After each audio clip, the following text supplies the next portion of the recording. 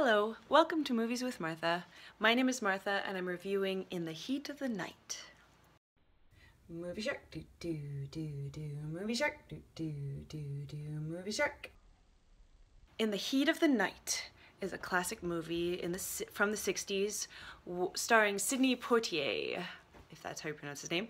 And I especially loved him in Lilies of the Field, one of my favorite movies, and he's back again in this movie and he does an awesome job again. Basically, Sidney's character is falsely arrested. There's a faulty arrest because in this teeny-weeny little southern town in Mississippi, there's been a murder. And the police force has never had to deal with a murder, so they're freaking out, they're trying to find suspects, and Sidney's character is just sitting at the train station waiting for a train, and they bring him in. The reason they bring him in, well, first of all, he's a stranger, but also he's black. And you can just see the fire in his eyes the whole time, like he is very angry about this, and rightly so. And only after they bring him in and question him a little bit do they find out that he is a police officer. Not only that, but he is the #1 homicide expert up north. Where is it? Pennsylvania or something.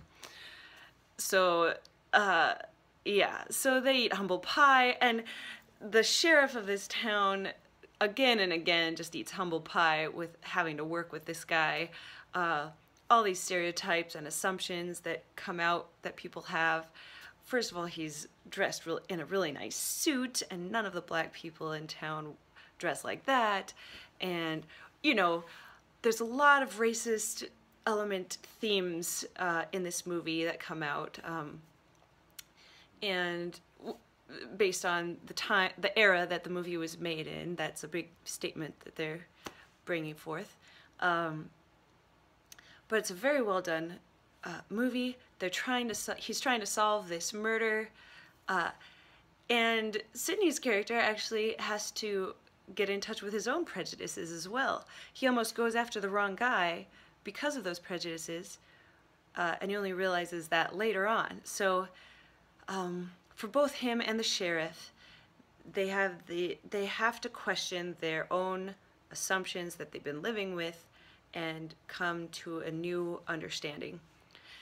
And there's many subplots, but they all line up. They all line up to this climax.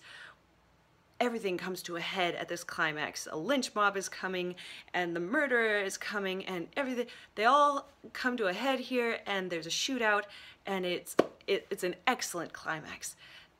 The end to an excellent movie, and it won Best Picture, I think, and rightly so. And the only complaint I would have about it is the music. The music was awful. It was awful because music is supposed to complement the story. It's supposed to complement the story by basically telling you what emotions you're supposed to feel at different points. Music is a very emotional thing.